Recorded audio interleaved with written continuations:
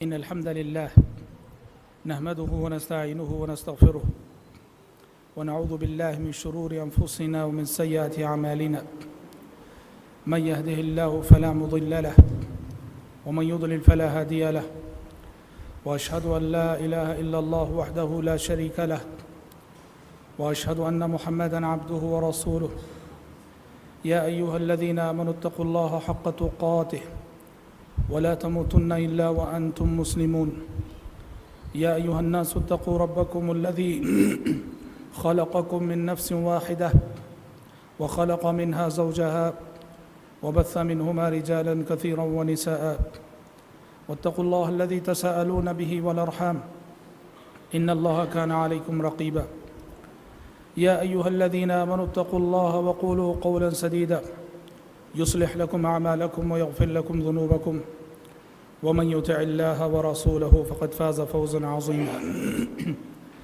أما بعد فإن خير الحديث كتاب الله وخير الهدي هدي محمد صلى الله عليه وسلم وشر الأمور محدثاتها وكل محدثة بدعة وكل بدعة ضلالة وكل ضلالة في النار أعوذ بالله السميع العليم من الشيطان الرجيم من همزه ونفخه ونفسه ألم يجدك يتيما فآوى ووجدك ضالا فهدى ووجدك عائلا فأغنى فأما اليتيم فلا تقهر وأما السائل فلا تنهر وأما بنعمة ربك فحدث اللہ تبارک و تعالیٰ کا بے انتہا شکر و احسان ہے کہ جس کی توفیق سے ہم سب سیرت رسول کو سننے سنانے اور پڑھنے پڑھانے کے لیے یہاں جمع ہوئے ہیں۔ کل کے درس میں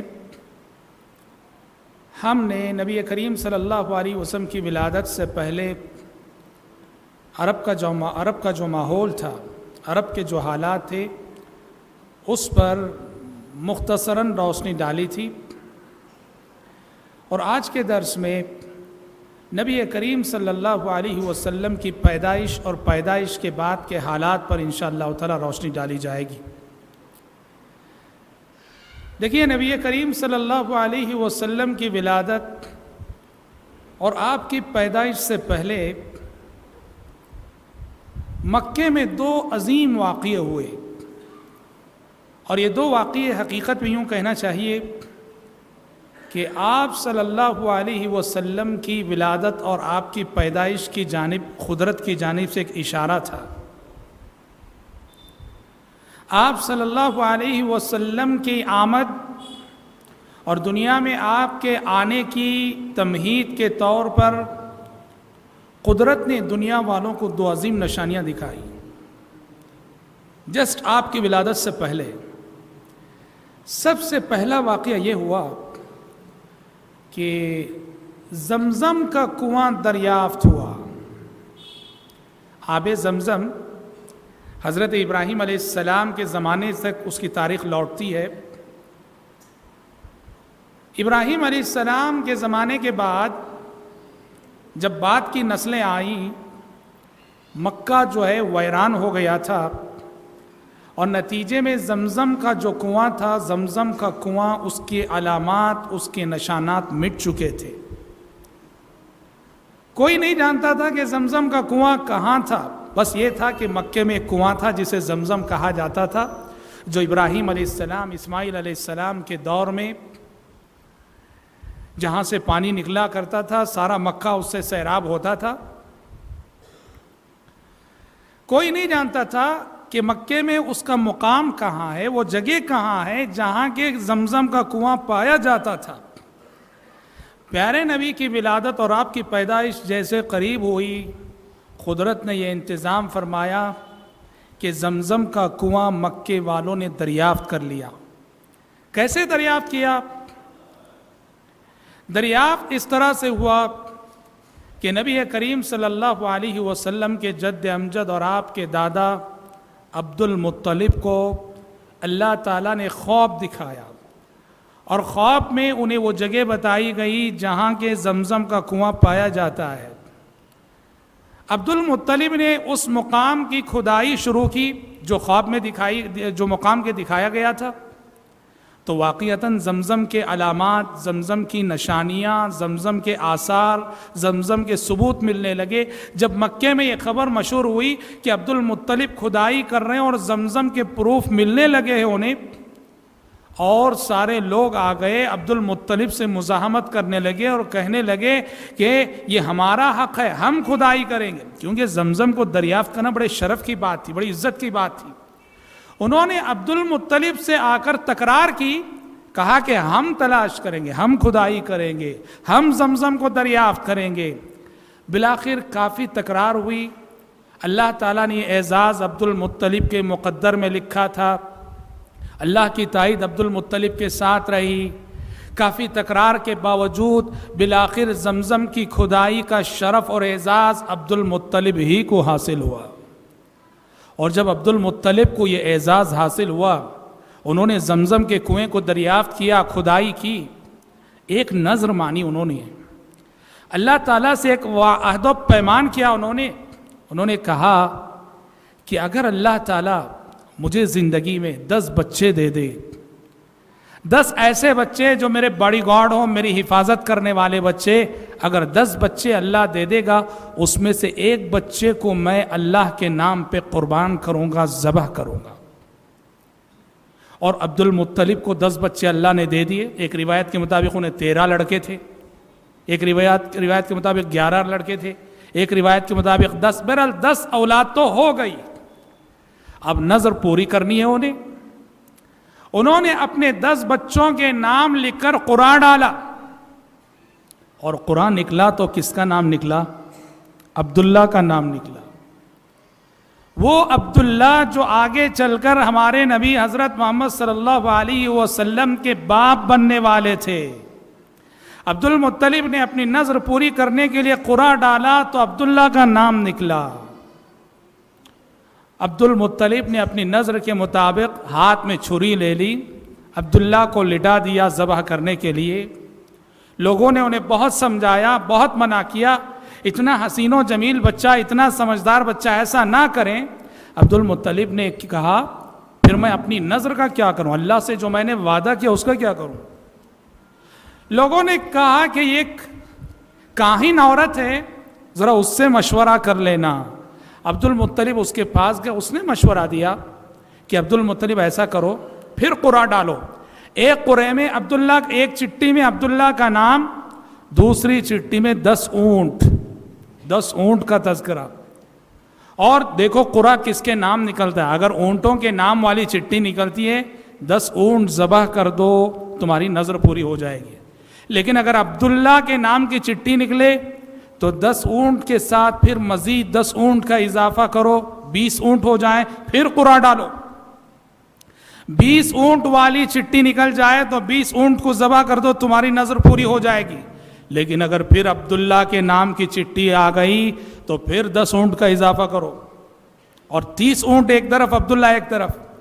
اس طرح اس نے مشورہ دیا، اور عبد المطلب نے اس مشورے پر عمل کیا۔ قرآن ڈالتے گئے، پہلی مرتبہ ایک طرف عبداللہ، دوسری طرف 10 اونٹ، قرآن نکلا عبداللہ کے نام کا، ذبح نہیں کر سکتے تھے، 10 اونٹ کا اضافہ کیا۔ پھر قرآن ڈالا، ایک طرف عبداللہ، دوسری طرف 20 اونٹ، قرآن نکلا عبداللہ کے نام کا، اللہ اکبر۔ پھر 10 اونٹ کا اضافہ کیا، پھر قرآن ڈالا، ایک طرف عبداللہ، دوسری طرف 30 اونٹ، نام نکلا پھر سے عبداللہ کا، یہاں تک کہ کتنے ہو گئے؟ 100 اونٹ ہو گئے۔ جب 100 اونٹ ہو گئے، اس وقت جب قرآن ڈالا گیا تو 100 اونٹ والی چٹھی اٹھی، تب عبد المطلب نے یہ 100 اونٹ بھی ذبح کر دیے۔ اور اہل علم لکھتے ہیں کہ عربوں میں ایک جان اگر کوئی ناحق کسی کا قتل کر دے، ایک جان کی دیت 10 اونٹ تھی۔ عبد المطلب کے اس واقعے کے بعد سے عربوں نے ایک جان کی دیت کو 100 کر دیا. اگر کوئی ناحق کسی کی جان لے لے تو اس کے بدلے میں اسے 100 اونٹ دینا پڑے گا مقتول کے وارثین کو. اور اسلام نے بھی اس قانون کو تسلیم کیا. اسلام میں بھی اگر کوئی ناحق کسی کا خون کرتا ہے، اصل بدلہ تو یہ ہے کہ اس کو بھی قتل کیا جائے، لیکن اگر مقتول کے وارثین آدھا معاف کر دیتے ہیں تو اس کے بدلے 100 اونٹ دیے جائیں.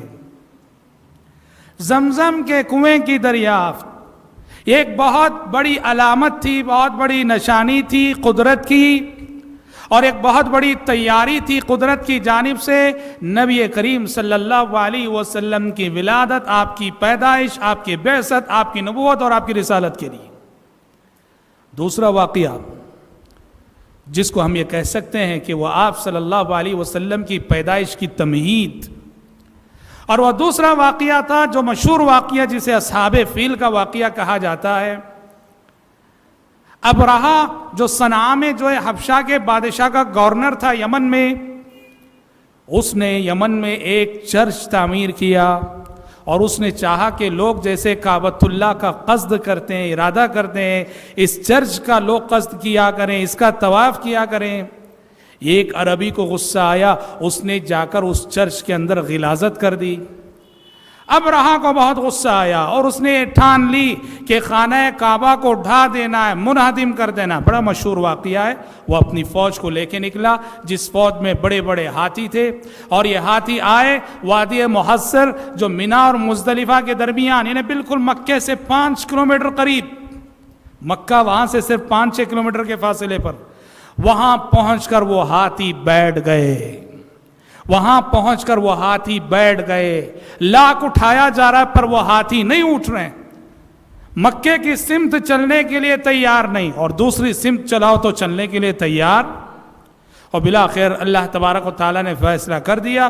اللہ تعالیٰ نے پرندوں کے جھنڈ بھیجے، اور ہر پرندے کے چونچ میں اور اس کے پنجوں میں 3 کنکریاں ہوتی تھیں، اور وہ کنکریاں جو ان پر برستی تھیں، اور ہاتھی جو ہے قرآن کے الفاظ میں کعصف مأکول، کھائے ہوئے بھونسے کی طرح ہو گئے. اور ابرہہ بھی یمن واپس لوٹتے راستے میں ہلاک ہو گیا.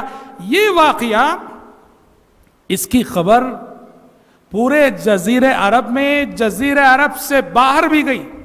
ساری دنیا میں یہ خبر پھیل گئی اس واقعے کی.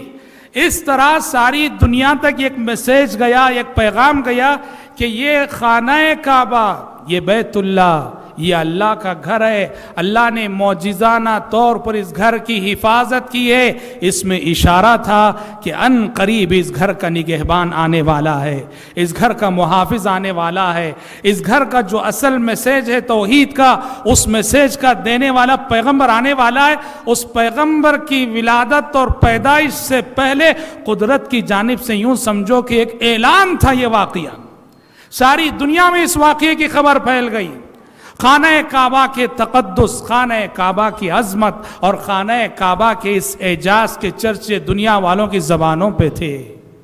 اسی لیے اصحاب فیل کا واقعہ کہا جاتا ہے. اور آپ سب کو معلوم ہے بالکل اسی سال آپ صلی اللہ علیہ وسلم کی پیدائش اور آپ صلی اللہ علیہ وسلم کی ولادت ہوئی تھی. عام الفیل، جس سال یہ ہاتھی والوں کا واقعہ پیش آیا تھا، اسی سال آپ صلی اللہ علیہ وسلم کی ولادت ہوئی تھی. اور حضرات، نبی کریم صلی اللہ علیہ وسلم، آپ صلی اللہ علیہ وسلم، آپ کی ولادت ہوئی آمینہ کی گود میں، آمینہ کے بطن سے آپ صلی اللہ علیہ وسلم کی ولادت ہوئی. 9 ربیع الاول کی تاریخ تھی، پیر کا دن تھا، اور انگریزی تاریخ کے اعتبار سے 20 اپریل یا ایک روایت کے مطابق 22 اپریل 571 570 پر 1 عیسوی، 20 اپریل 570 پر 1 عیسوی یا 22 اپریل 570 پر 1 عیسوی کو مکے میں آفتاب رسالت طلوع ہوا اور آپ صلی اللہ علیہ وسلم کی ولادت ہوئی.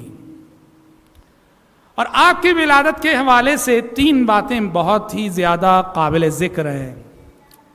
سب سے پہلی بات جو آپ کی پیدائش اور آپ کی ولادت کے حوالے سے قابل ذکر ہے یہ کہ اللہ تعالیٰ نے آپ کو عرب کے اور مکے کے ایک بہت ہی معزز گھرانے میں پیدا کیا. دوسرے الفاظ میں اگر کہیں تو آپ بہت ہی اعلیٰ حسب و نسب والے تھے. کیوں؟ دیکھو ایک چیز ہم آپ کو بتا دیں، عربوں کے نزدیک حسب و نسب کی بڑی اہمیت تھی. نسب، آج بھی عرب اپنے نسب کو یاد رکھتے ہیں. ہر عربی کے گھر میں آپ دیکھیں گے اس کا پورا شجرہ رہے گا. میرا باپ کون، اس کے کتنے بھائی، ہمارے دادا کون، اس کے کتنے بھائی، ہمارے پردادا کون، ان کے کتنے بھائی، اور کون کہاں جا کر بسے. عرب ہمیشہ سے تاریخ میں اور آج بھی اپنے خاندان کی، اپنے نسب کی حفاظت کرنے والی قوم. ان کے نزدیک وہی شخص لیڈر بن سکتا تھا، وہی شخص سردار ہو سکتا تھا جو اعلیٰ حسب نسب رکھنے والا اور اونچے خاندان سے تعلق رکھنے والا ہو. اور حسب و نسب کی اہمیت کا اندازہ آپ اس بات سے کیجئے، انسان تو انسان، وہ اپنے جانوروں کا حسب و نسب بھی یاد رکھتے تھے، اپنے جانوروں کا نسب یاد رکھتے تھے. گھوڑے ہوتے تھے ان کے پاس اور گھوڑے کا نام ہوتا تھا. عربوں کے پاس پورا شجرہ ہوتا، میرا یہ جو گھوڑا ہے اس کا باپ کون، اس کا باپ کون، اس کا باپ کون. گھوڑوں کا نسب ہوتا تھا. جو قوم جانوروں کے نسب کو اتنی اہمیت دے وہ اپنے نسب کو کتنی اہمیت نہیں دے گی. نسب کی بڑی اہمیت تھی ان کے پاس، اور اسی کی لیڈرشپ کو وہ تسلیم کرتے تھے جو اونچے حسب و نسب والا ہو.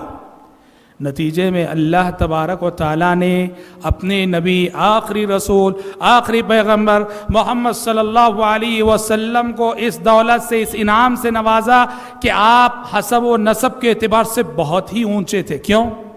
قریش جو آپ کا قبیلہ ہے، قریش یہ پورے عرب کا بہت ہی اونچا خاندان، اور قریش کی بھی بہت ساری شاخیں، ان میں سے خاص طور پہ بنو ہاشم جو آپ صلی اللہ علیہ وسلم کا خاندان.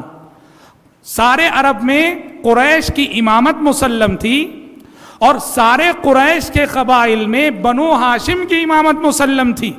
اور اللہ تعالیٰ نے پیارے نبی کو انہی قریش کے اندر اور انہی قریش کی شاخ بنو ہاشم کے اندر پیدا کیا.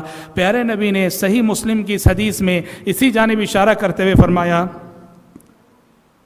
کہ ان اللہ اصطفى کنانة من ولد اسماعیل، ان اللہ اصطفى کنانة من ولد اسماعیل واصطفى قریشا من کنانة واصطفى بنی ہاشم من قریش واصطفانی من بنی ہاشم. کیا فرمایا نبی کریم صلی اللہ علیہ وسلم نے؟ آپ نے فرمایا کہ اللہ تعالیٰ نے اسماعیل علیہ السلام کی ذریت بہت پھیلی، لیکن اللہ تعالیٰ نے اسماعیل علیہ السلام کی ذریت سے کنانہ کو منتخب کر لیا، کنانہ کا سلیکشن کر لیا. کنانہ کے بہت سارے بچے تھے، اللہ نے اس میں سے قریش کو سلیکٹ کر لیا، قریش کو چن لیا. قریش کے بہت سارے بچے تھے، اللہ تعالیٰ نے اس میں سے بنو ہاشم کو چن لیا. بنو ہاشم کے بھی سینکڑوں افراد تھے، اس میں سے اللہ نے مجھے چن لیا، مجھے چن لیا. پتہ چلا کہ اللہ آپ نسب کے اعتبار سے بہت ہی پاکیزہ نسب. آپ کے نسب میں کہیں بھی، آپ صلی اللہ علیہ وسلم کے نسب میں نعوذ باللہ ثم نعوذ باللہ کہیں کوئی ناجائز نطفہ نہیں تھا. پاکیزہ سلسلہ، پاکیزہ ذریت، پاکیزہ نسل. اسی لیے پیارے نبی نے کہا کہ اللہ تبارک و تعالیٰ نے باقاعدہ پورے عرب میں قریش کا سلیکشن کیا، قریش میں سے بنو ہاشم کا سلیکشن کیا، اور بنو ہاشم میں سے اللہ تعالیٰ نے میرا سلیکشن کیا. پتہ چلا کہ اللہ تبارک و تعالیٰ اپنے نبی، اپنے رسولوں اور اپنے پیغمبروں کو ظاہری اور باطنی خوبیوں سے نوازتا ہے. یہ بات یاد رہے، اس دنیا میں جتنے بھی پیغمبر آئے، جتنے بھی رسول آئے، ظاہر کے اعتبار سے بھی اور باطن کے اعتبار سے بھی انبیاء بہت ہی حسین و جمیل ہوا کرتے تھے، بڑی خوبیوں کے مالک ہوا کرتے تھے. صرف حسب کے اعتبار سے نہیں، نسب کے اعتبار سے نہیں، ظاہری جسامت کے اعتبار سے انبیاء بے عیب ہوا کرتے تھے. انبیاء کے اندر کوئی عیب نہیں ہوا کرتا تھا، اور انبیاء ظاہر کے اعتبار سے، شکل و صورت کے اعتبار سے بھی بڑے حسین و جمیل ہوا کرتے تھے. یہ یوسف علیہ السلام ہیں جنہیں خود پیارے نبی نے کہا معراج کی رات میں نے یوسف علیہ السلام کو دیکھا کأنہ اوتی شطر الحسن، مجھے ایسے لگا کہ دنیا کا آدھا حسن و جمال انہیں دے دیا گیا ہے۔ اور خود پیارے نبی ہمارے نبی حضرت محمد صلی اللہ علیہ وسلم کتنے حسین و جمیل تھے، کتنے حسین و جمیل تھے۔ صحابی رسول فرماتے ہیں کہ ایک مرتبہ جب 14ویں رات کا چاند اپنی روشنی بکھیر رہا تھا، رونق بکھیر رہا تھا، اور سارے آسمان پہ اس کے حسن و جمال کا نظارہ جو ہے دیکھنے کو مل رہا تھا، اور ادھر آفتاب رسالت یعنی زمین پر نبی کریم صلی اللہ علیہ وسلم سرخ جوڑا پہنے ہوئے تھے۔ صحابی کہتے ہیں ایک چاند آسمان پہ تھا، ایک چاند زمین پہ تھا، زمین پہ آفتاب رسالت نبی کی شکل میں، اور آسمان پر 14ویں رات کا چاند، اس کا حسن و جمال بھی میں دیکھ رہا تھا، اس کا حسن و جمال بھی میں دیکھ رہا تھا۔ میں کبھی چاند کو دیکھتا، کبھی نبی کے چہرے کو دیکھتا، یہ فیصلہ کرنے کے لیے کہ کون زیادہ حسین و جمیل ہے۔ صحابی کہتے ہیں کافی دیر دونوں کے چہرے کو غور کرنے کے بعد مجھے مجبور ہو کے یہ فیصلہ کرنا پڑا کہ آفتاب رسالت 14ویں رات کے چاند سے زیادہ حسین و جمیل ہے۔ صلوات اللہ وسلام علیہ۔ پیغمبر ہر رسول کو اللہ تبارک و تعالیٰ ظاہری اور باطنی خوبیوں سے نواز کر دنیا میں بھیجتا ہے۔ طاقت کتنی تھی جانتے ہیں آپ؟ جی پیارے نبی کو قوت کتنی تھی، طاقت کتنی تھی؟ حضرت انس بن مالک رضی اللہ عنہ فرماتے ہیں کنا نتحدث انہ اعطی قوت 30 رجلا۔ حضرت انس فرماتے ہیں ہم صحابہ آپس میں بات کر لیتے تھے کہ اللہ تعالیٰ نے ہمارے نبی حضرت محمد صلی اللہ علیہ وسلم کو 30 آدمیوں کی قوت دے رکھی ہے، 30 آدمیوں کی قوت۔ عرب کا ایک بہت مشہور پہلوان تھا رکانہ پہلوان، اس کی تاریخ تھی کہ اس نے کشتی میں کسی نے اس کو پچھاڑا نہ تھا، کشتی میں اس نے ہمیشہ فتح پائی تھی، کسی نے رکانہ پہلوان کو کشتی میں ہرایا ہو کوئی ثبوت نہ تھا۔ لیکن پیارے نبی سے جب وہ مقابلہ کرنے کے لیے آیا، یہ رکانہ پہلوان کو پیارے نبی نے پچھاڑ کے رکھ دیا۔ دیکھو پیغمبر کے اندر، اور یہ اللہ کے تمام پیغمبروں میں ظاہری اور باطنی خوبیوں اور کمالات سے نواز کر اللہ تعالیٰ پیغمبروں کو بھیجتا ہے۔ خندق کے موقع پہ مدنی زندگی میں ہم پڑھیں گے، غزوہ خندق کے موقع پر ایک بہت بڑی صحابہ کھدائی کر رہے ہیں زمین کی، بہت بڑی چٹان آ گئی، بہت بڑی چٹان، صحابہ پھوڑنے کی کوشش کر رہے ہیں، چٹان نہیں پھوٹ رہی ہے۔ پیارے نبی کے پاس عرض کیا اللہ کے نبی وہ چٹان آ گئی، ہم سے پھوڑی نہیں جا رہی ہے۔ پیارے نبی کدال لے کر آگے بڑھے اور آپ صلی اللہ علیہ وسلم نے ایک ضرب لگائی، آپ کے ضرب سے چٹان کے ٹکڑے ٹکڑے ہو گئے۔ 3 ضربیں آپ نے لگائیں، 3 مار آپ نے ماری، اور ہر ضرب پر چٹان کے ٹکڑے ہوتے تھے۔ کہنا یہ کہ جب اللہ تعالیٰ نے ہمارے نبی محمد صلی اللہ علیہ وسلم کو حسب و نسب کے اعتبار سے بہت اونچا بنایا، تو یہ کمال اور خوبی صرف حسب و نسب کی حد تک نہیں، اللہ اپنے پیغمبروں، اپنے نبیوں، اپنے رسولوں کو اسی طرح سے ظاہری باطنی خوبیوں سے نواز کر بھیجتا ہے۔ اور حضرات یہ پہلی بات تھی آپ کی ولادت اور پیدائش کے حوالے سے کہ نسب کے اعتبار سے آپ بہت اونچے تھے۔ دوسری بات جو آپ کی ولادت اور پیدائش کے حوالے سے بہت ہی زیادہ قابل ذکر ہے، وہ ہے آپ صلی اللہ علیہ وسلم کی یتیمی۔ آپ پیدا ہوئے تو یتیم پیدا ہوئے، آپ ابھی ماں کے پیٹ میں تھے کہ آپ کے والد دنیا سے چل بسے، ماں نے آپ کی پرورش کی، اور ماں ابھی آپ صلی اللہ علیہ وسلم صرف 6 سال کے ہوئے کہ ماں آمینہ بھی اس دنیا سے چل بسی۔ پیارے نبی یتیم ہوئے اور یتیم پیدا ہوئے، اور آپ صلی اللہ علیہ وسلم کی یتیمی کیا میسج دیتی ہے، کیا پیغام دیتی ہے؟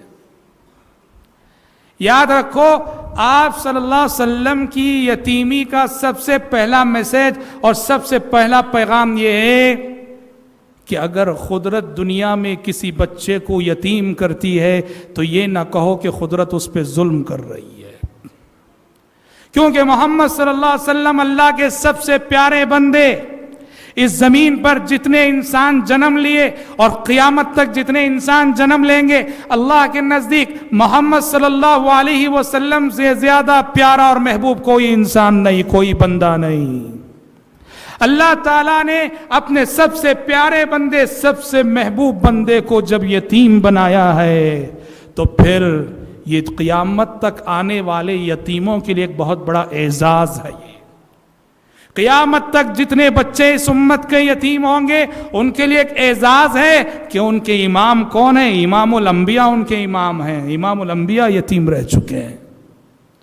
تو لہٰذا قدرت کو الزام نہ دو، یہ نہ کہو کہ قدرت نے فلاں کے والدین کو لے کر نعوذ باللہ ثم نعوذ باللہ ظلم کیا ہے، اس لیے کہ قدرت نے، اللہ نے اپنے سب سے محبوب بندے کو یتیم بنایا۔ اور آپ صلی اللہ علیہ وسلم کو اللہ نے جو یتیم بنایا، اس کے پیچھے ایک فلسفہ، ایک حکمت یہ بھی سمجھ میں آتی ہے کہ اللہ نے آپ کو اس لیے یتیم بنایا، اللہ کی مشیت یہ ہوئی کہ آپ صلی اللہ علیہ وسلم بچپن ہی سے اللہ کی تربیت میں رہیں۔ ماں باپ کی تربیت نہیں چاہیے، ماں باپ کی تربیت، کیونکہ آپ اللہ کے رسول ہیں، آپ کو رسول بننا تھا، آپ کو پیغمبر بننا تھا، اور اس کے لیے جو تربیت چاہیے تھی، قدرت نے چاہا کہ یہ میرا بندہ بچپن ہی سے خالص میری تربیت میں رہے۔ اور حضرات، نبی کریم صلی اللہ علیہ وسلم کی یتیمی کا ایک اور میسیج اور ایک پیغام، وہ کیا ہے؟ آپ صلی اللہ علیہ وسلم کی یتیمی یہ میسیج اور پیغام بھی دیتی ہے کہ دنیا میں جو بچے یتیم ہوتے ہیں آگے چل کر وہ بہت بڑے بنتے ہیں۔ یہ بات یاد رکھیے، دنیا میں جو بچے یتیم ہوتے ہیں، بچپن میں جو یتیم ہوتے ہیں، ان میں سے بہت سارے آگے چل کے بہت بڑے بننے والے ہوتے ہیں۔ کیوں جانتے ہیں؟ دیکھیے، ایک یتیم کی پرورش اور ایک وہ بچہ جس کے ماں باپ ہوتے ہیں، دونوں کی پرورش میں زمین آسمان کا فرق رہتا ہے۔ جس بچے کے ماں باپ ہیں وہ بچہ بڑے ناز و نیام میں پلتا ہے، بڑے نخروں میں پلتا ہے، وہ خود کھاتا نہیں، ماں باپ کھلاتے ہیں، وہ خود نہاتا نہیں، ماں باپ نہلاتے ہیں، وہ خود پہنتا نہیں، ماں باپ پہناتے ہیں۔ جس بچے کے سر پہ ماں باپ کا سایہ ہے وہ ہر کام کے لیے ماں باپ کی طرف دیکھتا ہے، اس کی نظریں ماں باپ کی طرف اٹھتی ہیں۔ اس کے مقابلے میں جو یتیم ہوتا ہے، بچپن ہی سے ایک طرح کا احساس ہے محرومی، میرا باپ نہیں ہے، میری ماں نہیں ہے۔ نتیجے میں جو یتیم ہوتا ہے وہ اپنا کام بچپن سے آپ کرنے کی کوشش کرتا ہے، وہ خود کھانے کی کوشش کرتا ہے، وہ خود نہانے کی کوشش کرتا ہے، وہ خود پہننے کی کوشش کرتا ہے۔ نتیجے میں یتیم کے اندر ایک ایسی خود اعتمادی پیدا ہوتی ہے کہ جو خود اعتمادی آپ کو اس بچے کے اندر نظر نہیں آئے گی جس بچے کے سر پر ماں باپ کا سایہ موجود ہے۔ یہ بہت بڑا پلس پوائنٹ ہے جو یتیموں کی زندگی میں نظر آتا ہے۔ آپ ایک 10 سال کا بچہ، ایک جو یتیم رہا، ایک جو ماں باپ کے زیر سایہ پلا، دونوں کی معمولات زندگی میں، دونوں کے اعتماد اور دونوں کے کانفیڈنس کو لے کر دیکھو، یتیم کے اندر جو اعتماد اور جو کانفیڈنس رہے گا وہ اس بچے کے اندر نہیں رہے گا جس کے سر پہ ماں باپ کا سایہ ہوتا ہے۔ پتہ چلا قدرت کے فیصلے بڑے حکیمانہ ہوتے ہیں۔ کوئی قدرت کو الزام نہ دے کہ اللہ تعالیٰ نے اس بچے کے ماں باپ کو لے لیا، اس معصوم کے ماں باپ کو اٹھا لیا، کوئی قدرت کو الزام نہ دے۔ قدرت کے، اور جیسے میں نے کہا، ہسٹری پڑھیے، آپ تاریخ پڑھیے، تاریخ بتاتی ہے کہ دنیا کی جو عظیم ہستیاں گزری ہیں، بڑے بڑے اہل علم، ان میں سے بڑی تعداد یتیموں کی رہی ہے، یتیموں کی رہی ہے۔ ان کے باپ بچپن میں چلے گئے، ان کی ماؤں نے ان کی تربیت کی، پرورش کی، اور سبحان اللہ علم و عمل کے اعلیٰ معیار تک انہیں پہنچایا۔ تو آپ صلی اللہ علیہ وسلم کی یتیمی یہ سب پیغامات اپنے اندر رکھتی ہے۔ یہ دوسری بات تھی جو آپ صلی اللہ علیہ وسلم کی پیدائش اور ولادت کے حوالے سے قابل ذکر تھی۔ تیسری بات کہ عربوں کا معمول تھا کہ عرب اپنے ننھے معصوم بچوں کو بچپن میں رضاعت کے لیے دیہاتی عورتوں کے حوالے کرتے تھے۔ رضاعت یعنی دودھ پلانے کے لیے دیہاتی عورتیں جو دیہات سے آتی تھیں، اور عرب یہ اس لیے کرتے تھے کہ بچہ جب دیہاتی عورت کا دودھ پیے گا اس کے اندر دیہات کی ساری خوبیاں آئیں گی، وہ صحت مند ہوگا، وہ تندرست ہوگا، وہ شجاع ہوگا، وہ بہادر ہوگا، وہ جواں مرد ہوگا۔ آپ جانتے ہیں کہ شہری زندگی کے مقابلے میں دیہات کی بڑی خوبیاں اور بڑے کمالات ہوتے ہیں۔ عرب کے لوگوں کا معمول تھا اپنے بچوں کو بچپن میں مائیں جو شہروں میں رہا کرتی تھیں اپنا دودھ پلانے کے ساتھ دیہاتی عورتوں کے حوالے کرتی تھیں، اور یہ سعادت آفتاب رسالت کو دودھ پلانے کی یہ سعادت حلیمہ سعدیہ کو حاصل ہوئی جو بنو سعد کی ایک داعیہ تھی۔ حلیمہ سعدیہ آپ صلی اللہ علیہ وسلم کو لے گئیں، انہیں نہیں معلوم کہ ان کی گود میں جو بچہ پل رہا تھا یہ کتنی عظیم شخصیت تھی، یہ کتنی عظیم ہستی تھی، یہی وہ بچہ ہے جو آگے چل کر اللہ کا آخری نبی اور اللہ کا آخری رسول بننے والا ہے۔ تاہم حلیمہ سعدیہ انہوں نے کچھ نشانیاں تو ضرور دیکھی۔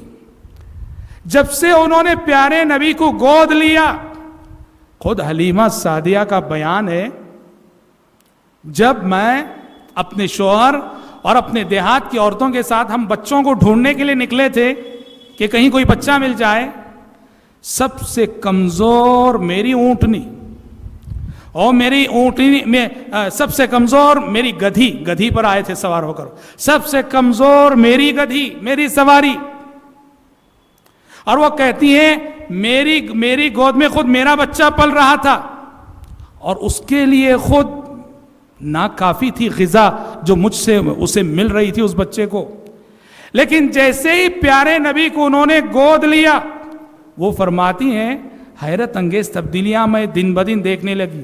ایک تو واپسی میں ہماری گدھی اتنی تیز رفتاری سے چلنے لگی کہ قافلے کے سارے لوگ حیرانی سے دیکھنے لگے، اور دوسرے غذا جو میرے بدن سے نکل رہی تھی پہلے صرف میرے بچے کے لیے ناکافی ہو رہی تھی، اب میرا بچہ بھی پیٹ بھر کے پی رہا تھا اور یہ بچہ بھی پیٹ بھر کے پی رہا تھا جس بچے کو میں نے گود لیا ہے۔ پیارے نبی صلی اللہ علیہ وسلم حلیمہ سعدیہ کے گھر پرورش پانے لگے۔ وہاں ایک واقعہ پیش آیا، جب آپ حلیمہ سعدیہ کے گھر پرورش پا رہے تھے وہاں ایک واقعہ پیش آیا جب آپ کی عمر 4 سال کی تھی اور آپ حلیمہ سعدیہ کے بچوں کے ساتھ کھیل رہے تھے۔ واقعہ یہ ہوا کہ آسمان سے فرشتے تشریف لائے، جبریل امین تشریف لائے، آپ صلی اللہ علیہ وسلم 4 سال کی عمر کے تھے اور حلیمہ سعدیہ کے بچوں کے ساتھ کھیل رہے تھے۔ جبریل امین نے پکڑ کر آپ کو لٹایا، آپ صلی اللہ علیہ وسلم کا سینہ چیرا، انسانی تاریخ کا پہلا آپریشن۔ ہاں، انسان آج سینہ چیر رہا ہے، آج سے 1400 سال پہلے کوئی سوچ بھی نہیں سکتا تھا کہ انسان کا سینہ چیرا جا سکتا ہے۔ آج ایک ہسپتال میں روزانہ کتنے سینے چیرے جا رہے ہیں۔ 1400 سال پہلے جبریل امین آئے، آپ صلی اللہ علیہ وسلم کو 4 سال کے آپ کو لٹایا، آپ کا سینہ چیرا گیا اور آپ کے دل کو نکالا گیا، سونے کا تشت اور زمزم کا پانی جو لایا گیا تھا اس سے آپ کے دل کو دھویا گیا۔ حلیمہ سعدیہ کے بچے دیکھ رہے تھے، بہت پریشان ہوئے، فوراً گئے اور اپنی ماں سے کہا کہ ماں ہمارا جو ہاشمی بھائی ہے اس کے ساتھ عجیب و غریب واقعہ پیش آیا، کوئی آئے اس کو لٹائے اس کو چیر دیے۔ حلیمہ سعدیہ پریشان ہو کر آئیں، اس وقت تک فرشتے اپنا کام کر کے جا چکے تھے اور پیارے نبی 4 سال کا بچہ، پیارے نبی صلوات اللہ وسلم علیہ، آپ حیران پریشان کھڑے ہوئے تھے۔ حلیمہ سعدیہ نے کہا بیٹا کیا ہوا تمہارے ساتھ؟ پیارے نبی نے کہا کچھ نہیں معلوم، کوئی آئے انہوں نے مجھے لٹایا، میرے ساتھ کچھ کیے اور چلے گئے۔ حضرات جانتے ہیں اس کو کہا جاتا ہے واقعہ شق صدر، واقعہ شق صدر، آپ صلی اللہ علیہ وسلم کے سینے کو چیرنے کا واقعہ۔ اور یہ واقعہ نبی کریم صلی اللہ علیہ وسلم کے ساتھ زندگی میں راجح قول کے مطابق 2 مرتبہ پیش آیا۔ 2 مرتبہ ایسا ہوا کہ آسمان سے فرشتے آئے، ملائکہ آئے، آپ کے سینے کو چیرا گیا، آپ صلی اللہ علیہ وسلم کے دل کو زمزم کے پانی سے اور جنت سے لائے ہوئے تش میں دھویا گیا۔ ایک تو اس وقت جب آپ 4 سال کے تھے، اور ایک جو انشاءاللہ ہم پڑھیں گے اسراء و معراج کی رات، جب اسراء و معراج کا سفر پیش آیا، آسمان پر لے جانے سے قبل فرشتوں نے اس وقت بھی آپ کے ساتھ یہ آپریشن کیا تھا۔ اور حضرت انس بن مالک رضی اللہ عنہ کہا کرتے تھے، مسلم شریف کی حدیث ہے کہ آپ صلی اللہ علیہ وسلم کے بڑے ہونے کے بعد بھی میں آپ کے سینے میں وہ جو ٹاکے فرشتوں نے ڈالے تھے سیا گیا تو اس کے نشانات کو دیکھا کرتا تھا۔ صحیح مسلم کی حدیث ہے۔ سوال یہ ہے، یہ کیوں ہوا ایسا؟ 4 سال کی عمر میں آپ کا سینہ چیرا گیا، آپ کا دل نکالا گیا اور اس کو زمزم کے پانی سے دھویا گیا۔ کیا فلسفہ ہے، کیا حکمت ہے، کیوں اس طرح سے کیا گیا؟ یہ جانتے ہیں اصل میں کیا چیز ہے؟ یہ دراصل قدرت کی جانب سے ایک انتظام تھا۔ کس چیز کا انتظام؟ پیارے نبی کے دل کو زمزم کے پانی سے دھو کر، جنت سے لائے ہوئے تش میں دھو کر آپ کے دل کے اندر ایک ایسی روحانی طاقت عطا کی گئی کہ جس سے شیطان اور شیطانی طاقتیں آپ پر قابو نہ پا سکیں اور آپ کا کردار بے داغ رہے، آپ کیریکٹر کے اعتبار سے، اخلاق کے اعتبار سے بالکل بے داغ رہے۔ یہ کیوں کیا جانتے ہیں؟ دیکھو، ہمارے نبی کو نبوت کتنے سال میں ملی؟ 40 سال میں ملی۔ جب آپ عمر کے 40ویں سال میں تھے، نبوت 40ویں سال میں ملی، نبی 40 سال کی عمر میں بنائے گئے، اور 40 سال تک کا یہ مرحلہ پیارے نبی کو اس سماج میں، اس سوسائٹی میں گزارنا تھا جہاں قدم قدم پہ کفر ہے، جہاں قدم قدم پہ شرک ہے، جہاں قدم قدم پہ بد اخلاقی ہے، جہاں قدم قدم پہ ظلم ہے۔ یہ 40 سال پیارے نبی کے آگے چیلنج تھا کہ کس طرح وہ اپنے کیریکٹر کو بے داغ رکھ سکیں۔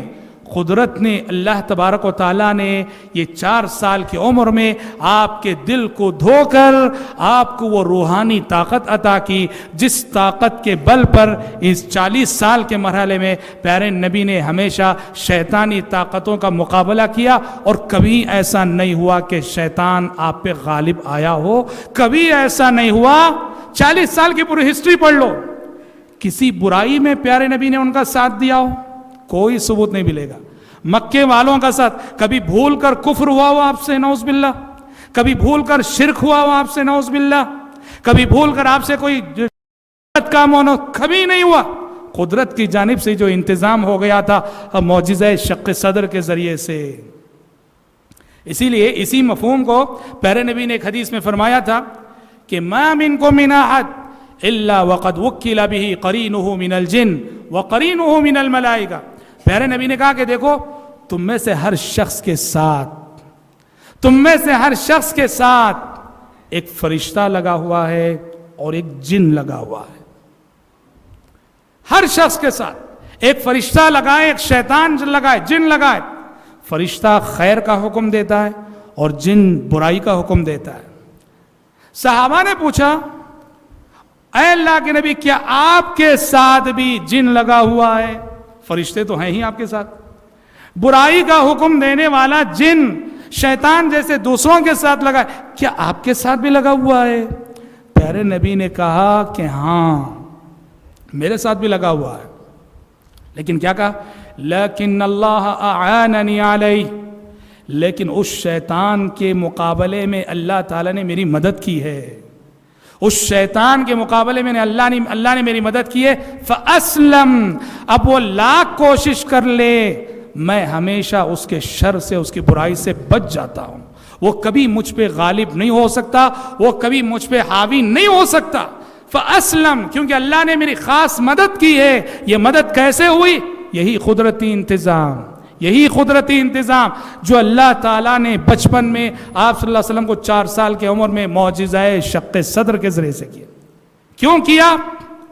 تاکہ آپ نبی بننے کے بعد مکے والوں کے سامنے یہ چیلنج کر سکیں فقد لبثت فیکم عمرا من قبلہ، اے وہ لوگو میں وہی محمد ہوں جسے 40 سال تک تم صادق اور امین کہتے رہے، میں وہی محمد ہوں جسے 40 سال تک تم اپنی سوسائٹی کا سب سے اچھا انسان مانتے رہے، میں وہی محمد ہوں کہ جس کی کتابیں زندگی کے 40 ورق تمہارے سامنے کھلے ہوئے ہیں، کوئی ایک کمزوری بتا دو، کوئی ایک کالا دھبا دکھا دو میرے کیریکٹر پر، یہ چیلنج پیارے نبی کر سکیں۔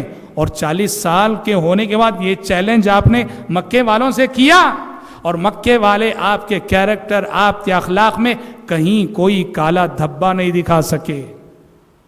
کیوں؟ قدرت نے یہ انتظام کیا 4 سال کی عمر میں معجزہ شق صدر کے ذریعے سے۔ اس سے کیا سبق ملتا ہے؟ دعوت و تبلیغ سے جو لوگ تعلق رکھتے ہیں، دعوت و تبلیغ کے میدان سے، انہیں اس بات کا سبق ملتا ہے کہ یاد رکھو کامیاب داعی وہ ہے، کامیاب مبلغ وہ ہے کہ جو زبان سے پہلے اپنے عمل کے ذریعے سے دعوت دیتا ہو۔